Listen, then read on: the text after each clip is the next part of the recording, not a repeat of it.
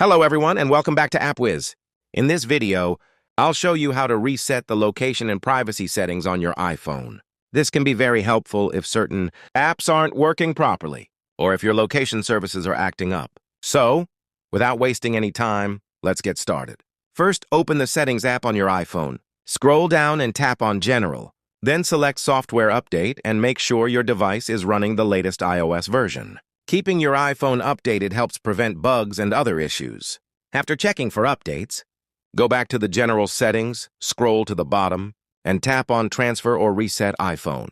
Next, tap on Reset and choose Reset Location and Privacy. Enter your passcode to confirm, and your location and privacy settings will be restored to their default state. That's it for this video. Make sure to like and subscribe for more videos. Until next time, see you soon.